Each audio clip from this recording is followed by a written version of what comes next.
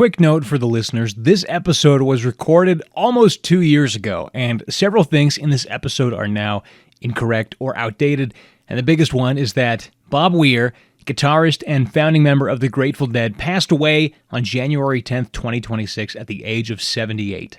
He was playing right up until the last minute, performing at the band's 60-year anniversary last August, and before that, 2 back-to-back residencies at the Sphere in Las Vegas. Rest in peace, Bob, and thanks for the music. Hello and welcome to the Band for Band podcast. I'm Joey. I'm Dave. And we're here today to talk about, I'm actually maximum stokage for this episode. It's going to be a lot of fun. To preface things, the Grateful Dead, which I didn't know this, first thing that I should say, it's like Eagles. It's just Grateful Dead. There's no the. Really? Yeah, it's Grateful Dead. Eagles, and what was the other one we talked about? Pixies. Pixies, yeah. So it's Grateful Dead. Anyway, it's a band that me and Dave both are mystified by, and so we've brought in a pro to help us understand the Grateful Dead. Austin, welcome to the pod. Oh, thanks for having me. I'll give Austin a little introduction real quick. Please. Resident good friend and also bandmate. I played drums with his band, Indigo Waves. Indigo Waves, excellent band. Go check them out. So, the Grateful Dead, they are a huge band in America, in American history. They're really important. They have an insane fan base. They play these shows all over the country. They have, thousands and thousands of loyal fans who basically migrate around the country for these shows. And it's a huge deal. And to me, their music has always sounded pretty... I just don't get it. I don't get it. I don't understand the band. I feel like they're an okay band, but there's nothing in the music to me that makes me go like, oh yeah, I understand why thousands of people would follow them all over the country. You know what I mean? Like I like Steely Dan. I like similar kind of 60s, 70s jam bands, but I don't understand the massive phenomenon that the Grateful Dead is. But that being said, I'm approaching this interview with an open mind. I'm willing and I'm desirous to learn. No I'm judgment here. I'm so closed off compared to Joe. I'm just kidding. Anti-Dead. For the longest time, I thought it was just a hockey team. The skull with the lightning bolt. Yeah. Is there a hockey team that has that as their logo too? For the longest time, I was like, yeah, what? I can't figure out what team that is. Like, what NHL team that is. I see it everywhere, It's like on the backs of so many people's cars. And it's on the back of my car. Yeah. Is it really? No, on my truck. Yeah, it is. Austin's also a dad-to-be, and he has a shirt that says Grateful Dad on it, which I'm a huge fan of. We brought Austin on because of his credentials as both a musician, a friend, and a big fan of the Grateful Dead. So, Austin, we're glad to have you. Oh, well, thanks for having me. I told these guys before this podcast started, I'm a little nervous to talk about the Grateful Dead just because I love them so much. And I just hope that I can get across how I truly feel about them and what's so great about them. Put like a really big weight on your shoulders. A little bit. We need you to defend the honor of this band by yourself. Yeah. So can we start out a little bit? What do we know about the Grateful Dead? How did they start? Where are they from? What's kind of their history? Yeah, so the story of the Grateful Dead is actually pretty cool. And I think that one story that people always go to is it's New Year's, and Jerry Garcia at the time, he was kind of like a local legend of the Palo Alto area in California, and he would play shows, and he was pretty popular, but more just on a local level.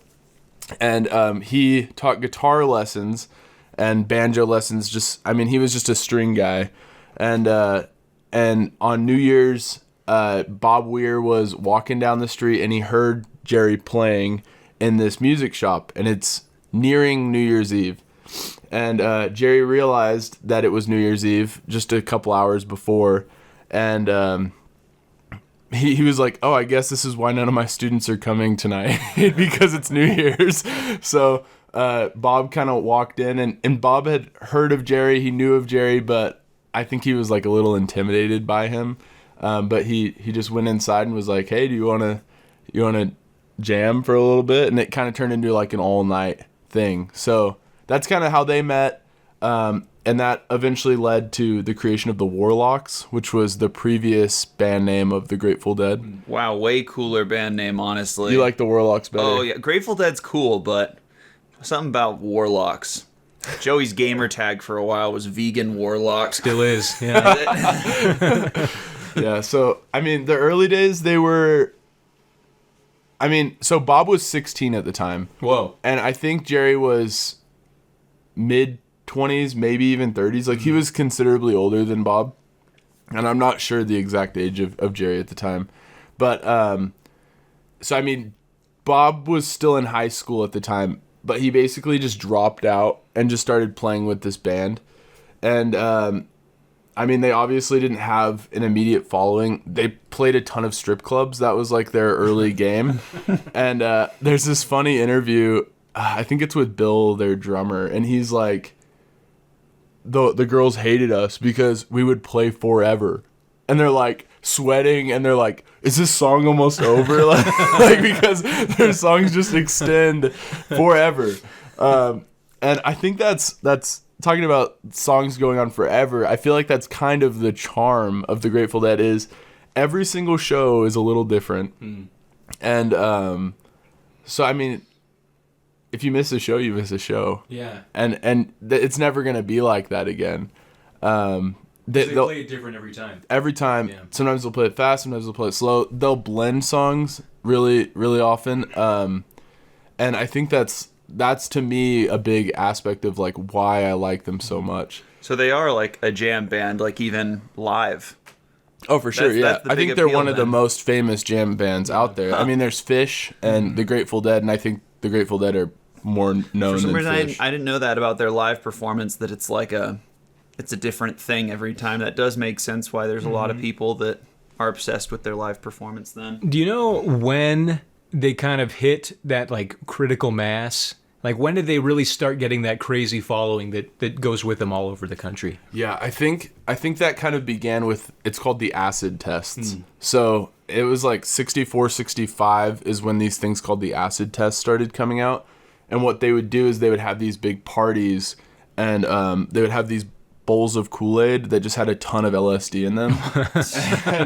and they would just drink this LSD in these warehouses. they literally and drank the Kool-Aid. They drank the Kool-Aid and they called it electric Kool-Aid, and they would just like, I've seen videos, like recordings of like inside of these warehouses, and it's like they're like acting like animals, like they're like growling on all fours, and like it's just giant orgies, and like it's like just chaos. Like it's like if you took the mind out of the human and just let the bodies just do whatever. That's kind of like what these rooms were like.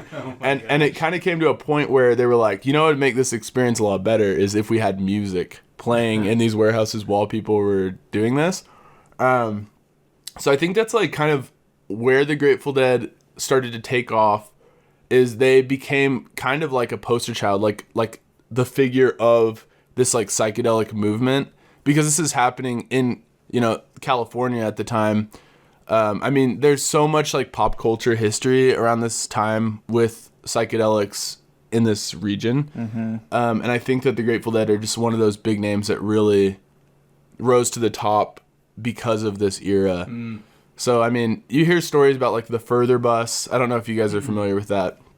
It's like this 1939 International Harvester school bus that's like painted, and they traveled from California all the way to New York, and they were like filming their hippie experience basically.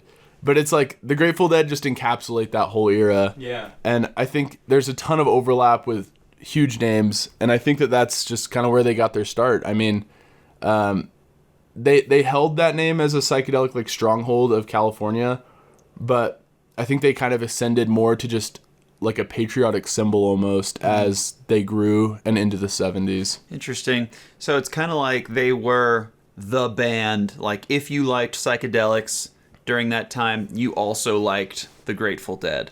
I think so. They just had like a really free spirit. Like, I mean, Bob, he left at 16, and they just followed the music wherever it would take them. They would play anywhere that would let them play. And I mean, just in a few years they played Woodstock. So I mean, they just make up that whole era of like human expression, psychedelics. It kind of seems like they were almost mascots of like that whole era Of the counterculture, Yeah. for sure. Yeah. And I think a lot of people really resonate with that because, you know, especially during that time, like if you feel like you didn't fit in with, you know, the norm and you liked that counterculture, that's something that you could go to and look to. And a lot of their shows were free, especially early on. So it's like you could just go, if you lived in California, I mean, you could just go to a show. So It's also crazy how they're still playing. I think Jerry Garcia died in 95, but there's been, like, I'm just looking at the Wikipedia right here. All the spin-offs of the band. Let me just read a couple. New Riders of the Purple Sage, Old and in the Way, Legion of Mary, Reconstruction, Jerry Garcia Band, Jerry Garcia Acoustic Band, Kingfish, Bobby and the Midnights, Rat Dog, Wolf Bros, Phil Lesh and Friends, Rhythm Devils, Go Ahead, BK3, Seven Walkers, Billy and the Kids. There's more. There's even more. But the biggest ones, I think, are probably the Dead and then Dead and Company, which Dead and Company is the one that's still playing today, right? Dead and Company is actually currently not Oh. playing anymore. It was they did their final tour this past year. Did you get to see him? I did. I drove with my wife to where is it? Arizona, and we saw them at Talking Sticks Amphitheater. Sorry. I think it's like a Native American so Cool. but yeah, it was a spiritual experience. Like, I'm not even kidding. I think that is also like another element of the Grateful Dead that a lot of people don't realize is like, I truly feel like attending a Grateful Dead concert is a spiritual experience. I feel like there's this weird feeling that they're playing for you, and I almost feel like you can manifest the songs you want to hear to them. It is... I can't explain it. It's like completely unexplainable. My wife is not like that at all. Like, she's not into the psychedelic thing. She grew up in Lehi, Utah. So, I mean, I think her experience was the same, though. Like, we left and she was like, that was a spiritual experience. I don't know. I can't explain it. I just, like, it is... I've never felt anything like it. There's so much love there. Everyone is just so happy to be there. That's one of the most frequent things that I've heard people say about the reason why they stick with the band and why it means so much to them is like the community. Because you go to the shows regularly and like the same people are there and you meet new friends and it's like everyone's really supportive and everyone's just there to love the music. But and it's like a really cool part is the people who are there. You know, it's interesting the bands that you see that community with. I remember one of the funniest experiences I had was whenever I saw Andrew WK live. Yeah. He's the one that has like Party Hard was his biggest hit, and She Is Beautiful back in like 2002. Anyway, whenever I saw him live, there were some of the craziest circle pits I've ever been in for any band there. But the crowd was like so nice, so friendly. There was a guy in the circle pit that accidentally, I think I tripped at some point and I fell down, and like immediately there were like 5 people pulling me back up, and just kind of like an interesting experience. And I feel like that community is more common than you expect with like certain heavy bands too, where it's like, just cause like we're pushing each other like in the pit, like, Yeah, so pulling back up. So to touch on that, something I wanted to express to you guys like about the shows themselves is we got there. I think doors opened at like 7:00, and we got there at maybe 3. And by the time we got there, there'd been people that had been camping there, I think 2 or 3 days prior. Oh, gosh. And they build these villages. So like, it's probably 3 or 4 street blocks of buses with like storefronts in front of them, and there's people who sell cassettes that actually attended previous Dead shows. So sorry, I'm like all over the place, but previous Dead, like when the Grateful Dead were actually touring, they would have recording sections where if you wanted to record the concert for yourself, you can bring in all the recording equipment you want. You can even plug into their soundboard and get the audio to have for your cassettes, and people trade the cassettes. That's kind of sick. They're like trading cards of Yeah, the different Deadhead if you shows. Google it, there's a recording section, and it's just people, like, it's the whole front, and it's just tons of just ribbon mics just lined up all the way across the front. Wow. And they were, like, really supportive of that, because it's like, they say, like, once it comes out of our amps, it's not, we don't own it. It's your music. It's for you. That is actually really cool. That looks crazy. So these villages that, like, extend for blocks, they sell vintage merch, vintage, like, their cassettes that they recorded that they've copied. Back in the 60s Yeah, or and 70s. they trade them. And they use this money to get into the shows. So they come early so that they can raise enough money so that they can get into the shows. This is like their livelihood. Like, this is like their actual life. No way.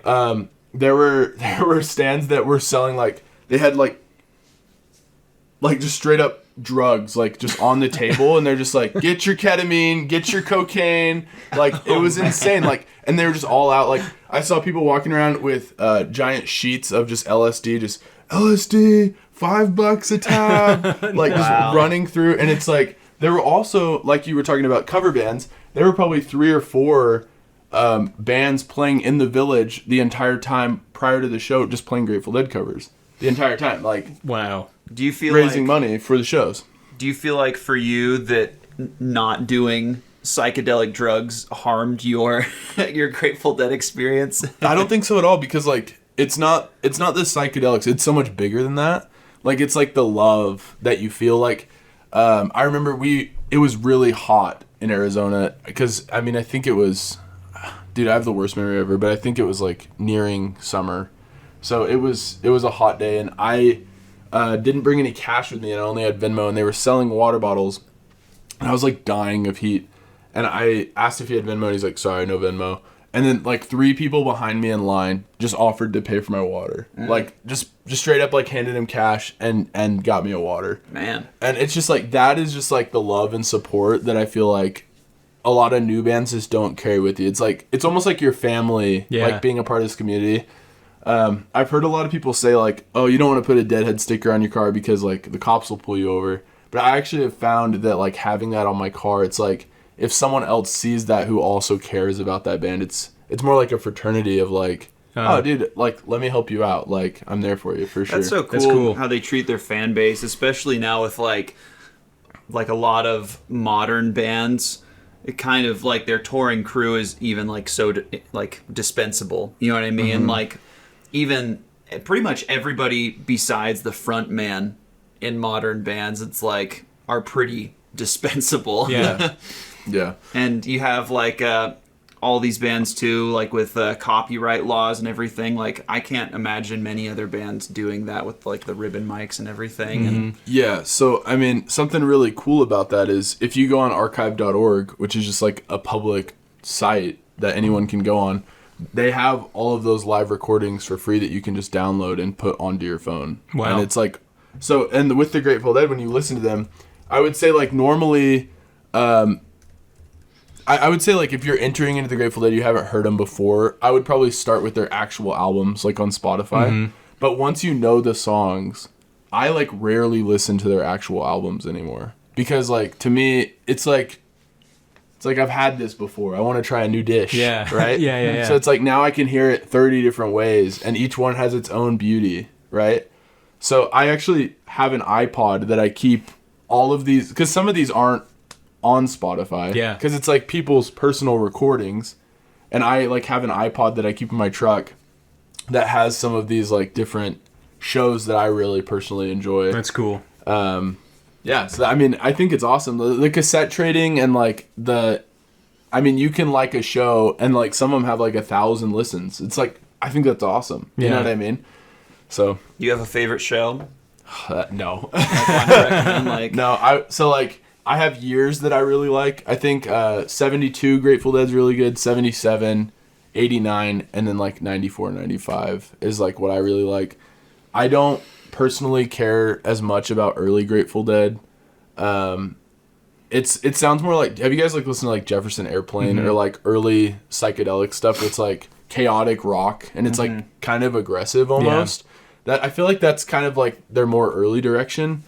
They kind of went into, like, a folk thing, and then almost like a funk thing and then like a pop thing. And I feel like I love everything else. They're all over the place, but I would say like I like as they progressed as a band, I just liked them more and more. So Sweet. But yeah, that's kind of my experience. I had 2 questions. Well, first, what bands have they inspired? You know, like who's picked up on their sound? I think one, I don't know if it's directly or indirectly, but King Gizzard and the Lizard Wizard, one of my favorite bands, they do a lot of the same things. They have like bootleg recordings of all their concerts that people trade and sell. They have a lot of their stuff that's available for free. You know, you just trade it with other fans. And they have their, a jam band. They play a lot of live shows. The community's really important. But who else, to your knowledge? Yeah, King Giz is a band I really like. I honestly don't know. I would say that their range and scope is probably a lot bigger than we might realize. Like, I know John Mayer is currently playing with the Grateful Dead. Really? Or yeah, he plays in Dead & Co. So he's replaced Jerry's role as like lead the guitar. guitarist.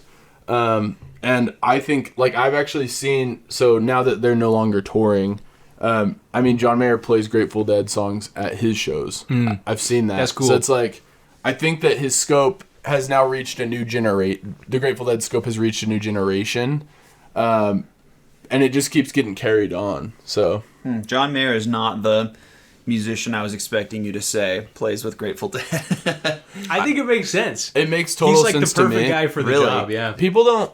I think a lot of people think of John Mayer as like your body is a wonderland kind of guy. Yeah. Oh, he's But, like like, the best modern guitarist in my opinion. He's so good. He's incredible. Yeah. And I think like there is a lot of complexity to the like if you're playing a song with no sheet music. Like every show is different. You're going off the dome. They wanted someone who could like mimic Jerry's play style. Yeah. But they have like it's not like they're not like play this. It's like you make it up.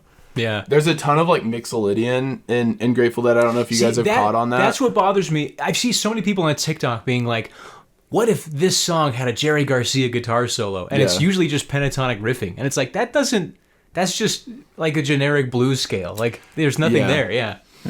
Yeah, I actually feel like pentatonic is not that Grateful Dead. It's way more the Mixolydian thing. And that's kind of like, they have this like weird mystery to their solos that I really like. But I would just recommend, there are hundreds and hundreds of Dead shows, full shows on YouTube that you can just watch and watch Jerry play if you're interested in that. And another cool thing is with Dead & Co., with Bob and a lot of the original members, they actually record those as well, and you can watch them from home. And then you can purchase them if you want to keep watching them. So, I have had a great Dead experience the past year when they were playing, and I only went to one show, but I watched a lot of them just from home. So cool. Well, so on that subject, you have prepared a couple songs that you want to show me and Dave, kind of to instruct us in the ways of the Dead. So what's the first one that you want to show us? The gateway song to the Dead. The gateway song. Well, man, it's all over the place. I'm gonna say let's pull up Europe 72, Ramble on Rose. I think that's probably a great entry song. All right, so Austin just walked us through a couple Grateful Dead songs, just showed us a few, and I'm impressed. Are you a Deadhead? Would you say you are a Deadhead? I don't know if I can claim that title yet, but I'm warming up to their sound. I can appreciate the musicality, I can appreciate the creativity, the talent, and the first one you showed us was Ramble on Rose. Ramble on Rose. Yeah. And the live version we listened to sounded excellent. It sounded amazing. I was very impressed by the live version. Really love it when a band sounds good live. As someone who's played live music, all three of us, it's hard to sound good live. It's hard to sound like there's a certain perfection that comes from studio that's, if you can come close to that or even surpass it live, like bands that do surpass it live, that's how you know that's a crazy good band. Whenever I hear a band that sounds really good live, that to me more than anything else shows their skill. I don't know, because being able to dial in your specific tone with your instrument, but also have it work with all the other instruments in your band to where you can hear all the parts, the song sounds good, nothing sounds too blown out, too high, too low. Love it. You know what sucks? When the opposite of that happens. Yeah. You have a band that you love, they suck live, it almost ruins. It's hard to their enjoy music. their studio music after. Yeah, because it's like, man, some producer just touched this up. There's so much pitch correction, and they probably didn't even play like the instruments. It was probably they had hired in studio musicians, you know. But yeah, nothing worse than having a live set ruin your enjoyment of a band. I'm glad that did not happen with Grateful Dead. Yeah, I think that's like why the cassette market, right? Like all these guys were recording them is because they like their live shows in a lot of ways were just as good or better in some cases than the recordings themselves. I mean, there's definitely recordings where I'm like, this wasn't their best night. You know, I mean, they played for years, right? Like, but how many shows did they do total? you know, I don't know offhand, but I do know in 1998 they were rewarded the Guinness Book of World Records for most rock concerts performed. Ever? So at the time, I'm not sure on the That's stat on that insane. now, but I mean, they love to play. I've seen interviews of Bob recently, who's now getting, you know, into his later stages of life. And while Dead & Co. has like stopped touring, I don't think that he has any intention of ever stopping playing music. He has another band. I'm trying to remember the name of it offhand, but and then I know Phil currently still plays as well. And I actually saw recently that it was either Bob or John Mayer announced that they were gonna maybe play a couple more shows. Cool. So I don't know if it's a new tour or if it's just gonna be one-off shows. I know. Have you guys heard of the Dome or the Sphere? It's like In Vegas? Oh, the I've Vegas- heard rumors that a show is coming and they're That would gonna be play crazy. there. I will definitely be attending Yes. if that's the case. I still have yet to behold what is it called? Just the Sphere. It's The- called is the it called the Sphere? I think it's the MSG Sphere. The MSG Sphere, Yeah. like just a ton of ramen. Like message sodium sphere. glutamate. Yeah. Man, have you beheld it Oh in yeah. Vegas? 'Cause It's ethereal. It feels like you're Really? living in Blade Runner. man, I You kind of can- like that. You can see it from everywhere in the city. Like last time I went there from our hotel, like the parking garage. You park your car, you get out, you look over, and you just see like a giant smiley face, like looking out over the city, shifting its eyes from side to side. It's weird. It's weird. There's this interesting. We're getting a little off track here, but there's this interesting quote from Elon Musk that his kid asked him, "Why doesn't the future look like the future?" And that kind of influenced a lot of his designs with the new Tesla truck, with the Cybertruck. The Sphere looks like the future for Yeah, sure. and that isn't it. I want the future going forward to look more like Blade Runner, Yeah. or Cyberpunk. the cool parts of Blade Runner, not Yeah, not the bad parts. So you also showed us Terrapin Station, which you said, in your opinion, one of the most spiritual songs to Grateful Dead. I think so. I mean, you know, forums nowadays, some people like to hate on the song, but I think personally, it is a rock opera, like just a beautiful, beautiful song. I think it's 16, 17 minutes long. That's one I'd love to hear in the Sphere. You know what I mean? Like if they had some weird, you know, visual effect going while they're playing that. That's one song that I've never gotten to hear live. And one that I am still chasing. So I hope. I was really impressed by Terrapin Station, especially the percussion on it. Like, drummer was hitting some crazy chops on there, and there was all kinds of like bongos and stuff. And I think I heard some timpanis in there too. Dude, it's funny you bring up percussion because I actually haven't even mentioned this. Almost in every single show, they have a song called Drums. Really? And it's an actual recorded song called Drums, and it's just drums. And they have they bring out all this percussion stuff, and they just wail on drums for like a solid 10 minutes. Did they It's awesome. invent the drum circle? I don't think so. But I'm just saying, like, if you like drums, you would love a Grateful Dead show because they have, it's called Space and Drums, and they usually include it in almost all their That's cool. sets. Space What a is crazy like combination. a really ethereal, like, synth, like, guitar, like, when you get, like, the feedback type stuff. Like, it's a lot of that, and then drums is obviously a lot of percussion. You know, have you ever thought about how it's interesting that space songs are always like maximum reverb and delay, but how in actual space there's no sound? Like it would be the exact opposite.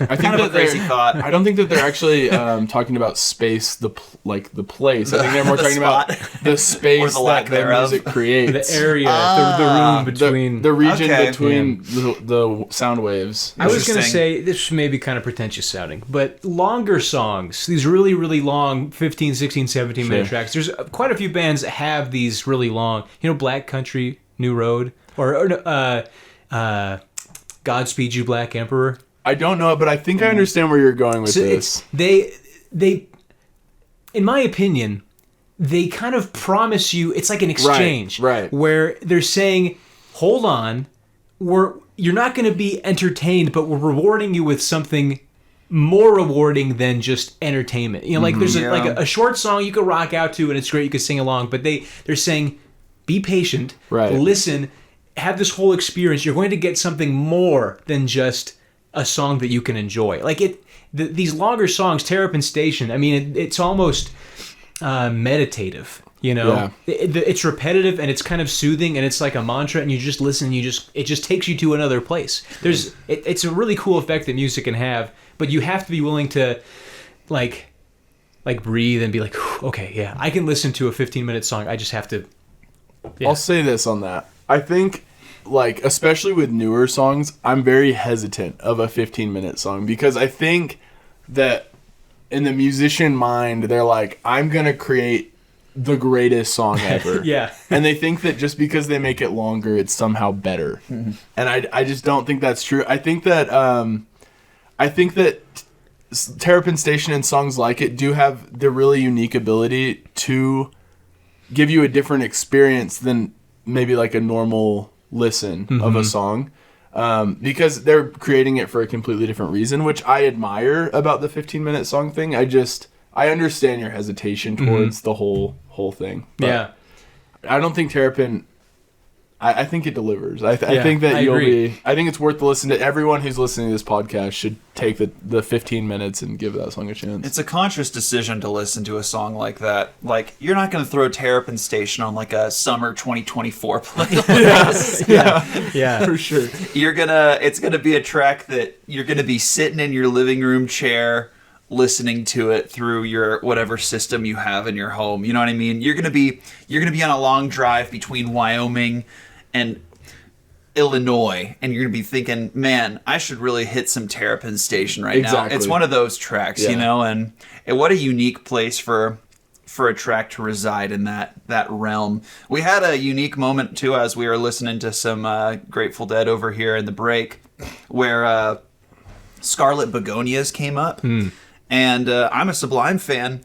Embarrassingly, I had no idea that Scarlet Begonias was actually a Grateful Dead song.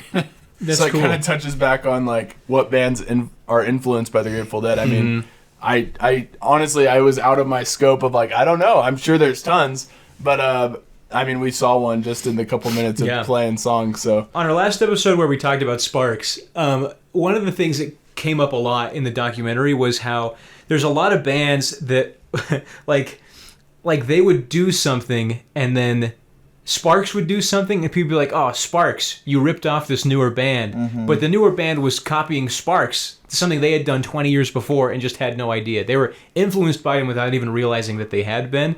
And I'm sure it's the same with the Grateful Dead too. They probably, I mean, they've been around for so long and pioneered so many new ideas in music that it's just like people take it for granted that they were the first ones to come up with it. There was a quote by Flea in the documentary where he says there's some bands that they give you something, they give you a shirt that's made. They give you an outfit to put on. Yeah, they give you an outfit to put on, and then there are other bands that give you the sewing machine, they give you the thread, and they teach you how to do it. And that's Sparks, and I think Grateful Dead is also in that same realm. Just pure creative inspiration juice for any musician, you know? I have a lot of friends that live in Volkswagen buses. That's a lot of them have come from Oregon, and I went down to Zion with them this last summer, and I remember actually listening to Terrapin Station in the car and just going through like seeing like Red Rocks and like just driving in my Volkswagen bus and just experiencing that was, like I said, just extremely spiritual for me. I know it seems silly, like I'm playing like this little, like you said, putting on a little costume of like, oh, you're not even from that time period or anything like that. But it's like, I don't know. It's just like, you don't need to be in the bus. You can be in a Honda Civic or a Ford Taurus and get the same effect. It was just like the beauty of nature, and that's something that is a big message in Grateful Dead music. Is just living in the moment. Yeah. You mentioned a little bit earlier something called the wall of sound. Do you want to talk about that?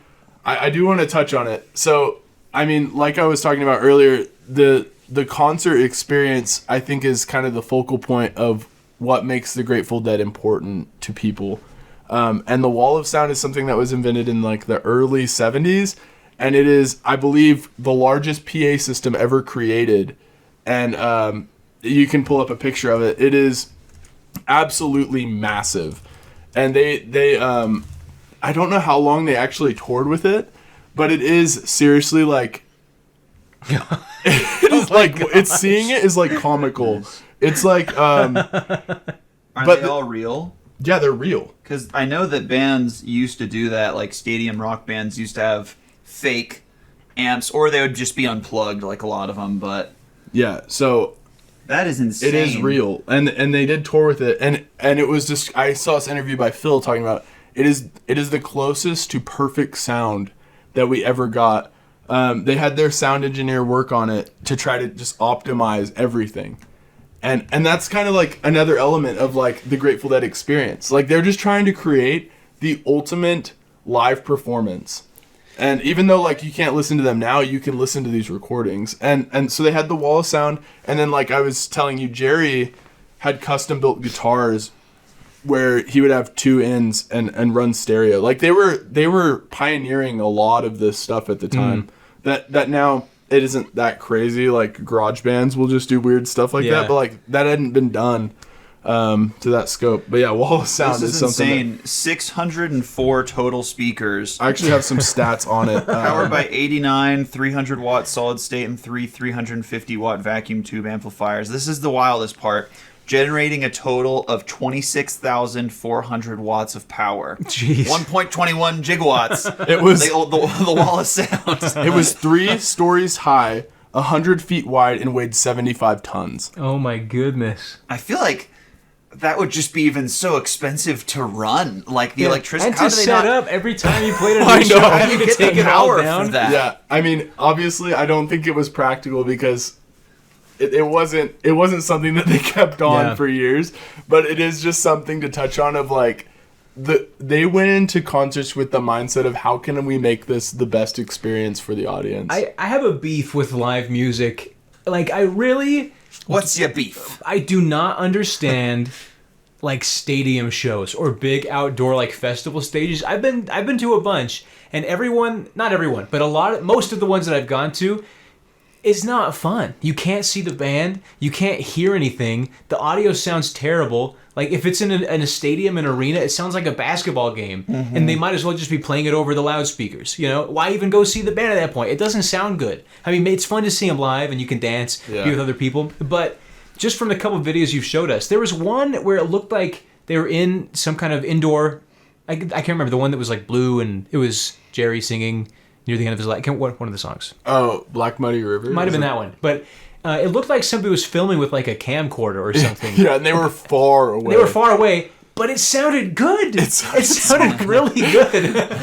And that's impressive. I feel like nowadays it's sounding like an old man. But I mean, you take out your phone and you record a concert, you go to like a Taylor Swift show or something and you record her playing, and it doesn't sound, you can't hear anything. It doesn't sound good at all.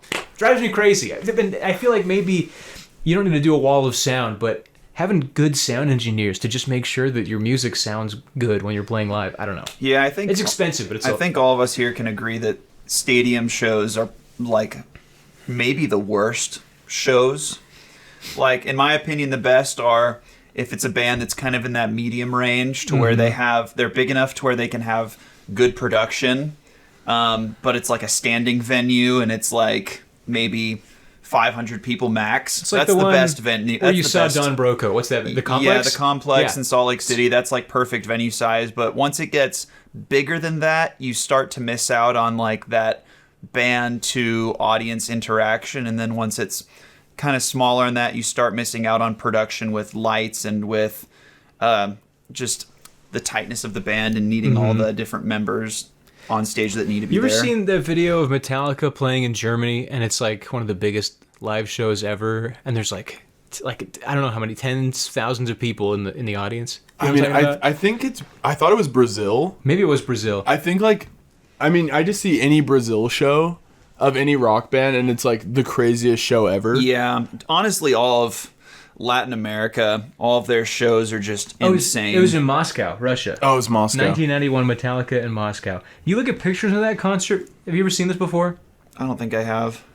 Look up Metallica Moscow 1991. Holy crap, dude! It's like why would you even go to that? That looks bad. That looks like a bad time. That can't possibly be fun or enjoyable. I don't even know if you'd be able to see the band with like binoculars. No, if you were in the back, yeah. So I do feel like in some ways, like, I mean, I've never seen the Grateful Dead, so I can't really speak on that. But Dead & Co., in my experience seeing them, like when I went and saw them at USANA last time, like even though it was a large stadium setting, people were sitting down in the grass and just enjoying it. And then there are like old women just dancing. Like, I mean, it's insane. Like it's almost like going in a time machine, like experiencing the concert, because it hasn't changed. It's the same fans that were following them in the 60s are still at these shows. But then like I met this 15-year-old kid, and I was probably 19 at the time. And we just kind of started talking over by, we were grabbing a drink, and he told me, yeah, this is my 28th show. 28th. And he just, and he's like, I was like, how are you getting there? And he's like, oh, I just hitch rides with someone at the next show. So like he will just find a ride in like, and it's like, yeah, like maybe that's irresponsible, a 15-year-old doing that, but it's like, that's kind of the Grateful Dead. It's like you get to choose your own path. Yeah. And transcends generations. How much of the Grateful Dead experience would you say is that community? Is like having these people that kind of become your Deadhead family? Like how much of it is what's drawing people to this experience? I would say like at least half, if not more. Really? Yeah, like for instance, I mean the Grateful Dead haven't been playing for a long time, but they actually are doing this thing right now where in movie theaters all over the United States, they play live shows, and they have one in Salt Lake that they do.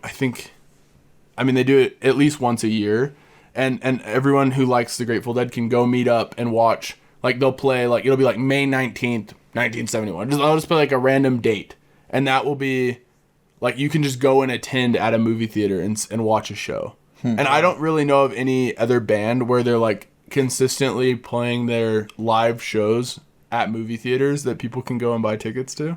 That's pretty cool, actually. That's cool. So, and then I don't know, like, and touching on like not being able to see them, I saw plenty of people in Arizona who could not see them and were just happy to be there. Like they were just waiting outside the gates of the show. And there's, dude, I haven't even touched on this. It's called I Need a Miracle. This is like a pinnacle Grateful Dead lore thing. Like you got to understand this concept of needing a miracle. They have a song about it. It's called I Need a Miracle, but it's kind of like a Grateful Dead saying of I just got a ride here and I don't have money for a ticket. So there's people that wait outside of the shows with cardboard signs that say I need a miracle, and people just give them free tickets. And it's like, it's just like community support of like, I want you to be able to experience this, dude. So get in here. I mean, obviously sometimes you don't get the miracle and that's just how it goes. I saw a guy who, he huffed nitrous oxide and then crawled over the wall and just rolled into the concert at the last show I went to. And like, I don't think he got caught, but like, that's kind of like, I mean, they will. He made his own whatever miracle. it takes. Yeah. Some people wait for miracles and he just made it happen. He took action. Yeah. So, I mean, a lot of people come with no plan, no living. Like they just like, they don't have any place to stay. They don't have a ride. They literally just got there and that's all they worked out.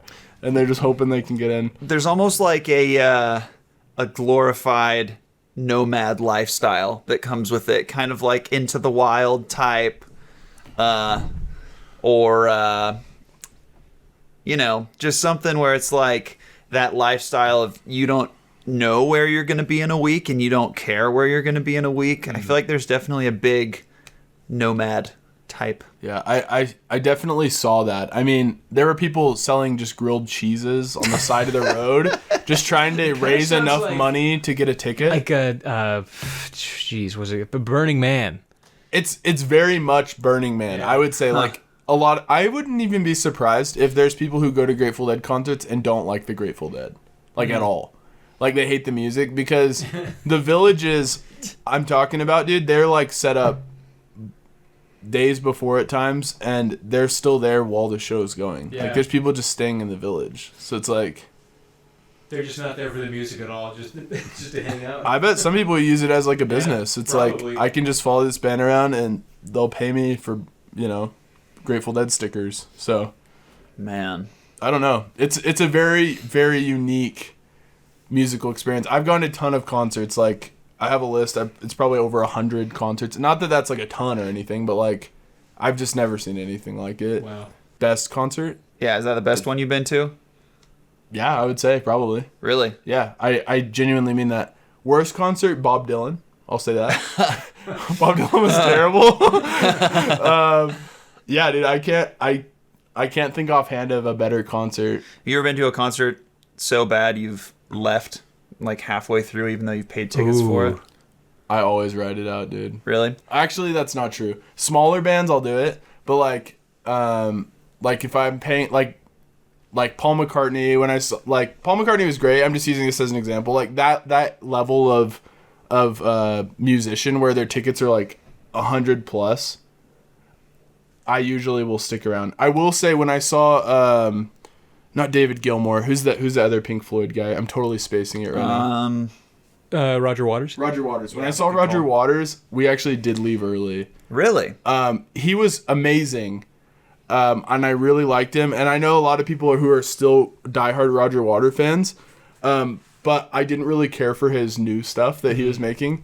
And I just looked at his set list and I just really didn't care for his new stuff. So there was like 2 or 3 songs left, and I looked on the set list and it was all And you didn't care about his this stuff. So I just Have you ever kinda left head a concert early? Yeah. I've left multiple early, but so when you're playing locally, there's kind of a mutual respect thing that, you know, this if you are in a band and you don't know this, you should know it. That you watch the other bands play and they watch you play to kind of get you the biggest audience, and it's like a mutual respect thing. Yeah. If a band did not stay to watch us play, then I did not want to play with them again. Yeah. Which does happen frequently, sadly, in the local scene. Anyway, They play their set and then everyone they pack up their and then stuff they and leave. leave. And it's Yeah. like, okay, yeah, never going to want to book a show with you ever again. Yeah. Anyway, but I was kicked out of Yellow Card. Have you heard this story before? So I saw Yellow Card, I want to say it was 2017. Huge Yellow Card fan. They're from your home state. They're from my home state. They're from a couple hours away in Jacksonville. And this was their, quote, final tour. You know how bands have multiple final tours. This was one of their final tours. And it was in Jacksonville, in their home city. I saw them at Jackrabbits. And they were playing, I think, Way Away. And I crowd surfed. And security guard takes me off of the over the gate thing or whatever. And every other show that I've ever been to, it's like the security guard kind of helps you. You know what I mean? Mm-hmm. It's like they help you over. They make sure that you don't like fall on your head when you go over, and then that's kind of like it, you know? Yeah. Anyway, for some reason, this security guard like pulls me over and then puts me in a chokehold. like has his arms like around my neck, huge guy, and I'm like, whoa, chill out, what are you doing? And he's like super, super roughing me up, like not hitting me, but he's like got me in this chokehold and he's like pushing me to the back of the venue, and I'm like going the same pace as him and everything, but even still he's like, you know, squeezing tighter, like as if I'm trying to like get away from him or something.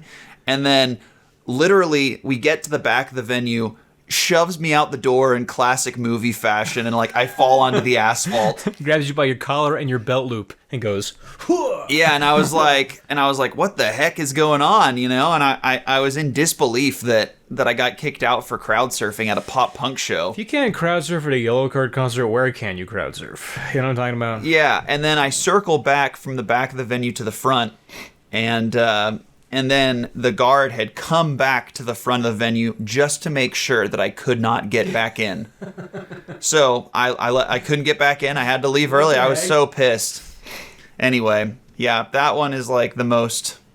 That's like the experience that I remember the most when I think about leaving early. Well, y'all, if you enjoyed this episode, let us know if we should do a part 2 maybe sometime. We could bring Austin back, talk a little bit more about the Dead. Our local Deadhead expert. Yes. You can follow the show on Instagram at BandForBandPod, follow me at Joey on the Air, and follow Dave at SuperPixelDave. And also, Austin, where can people find more of your work? Where can they listen to Indigo Waves? I would say we have an Instagram, Indigo Waves Band, and then just Spotify, and then any other streaming service All the other you might be streaming platforms. using. So, Check out their newest single, Hillside. It's a great song. I love it. Hey, this is Future Joey again. Since recording this episode, Indigo Waves has dropped their second LP. It's called Mirror. You can buy it on Bandcamp or stream it anywhere. It's really good. I especially like the songs Smith and Weston, Thursday, and Reflections. If you're a fan of Tame Impala, Beach Fossils, Always, you should check out Indigo Waves too. Very, very fun. Lots of 2007 indie vibes going for Can it. we use it as the outro for this podcast? Would that be cool? I would love that. That would Okay. be fantastic. We'll play a sec for you as the outro. But Here's a preview of Hillside. well, have a great week, everybody. We'll see you next time. Peace. Bye.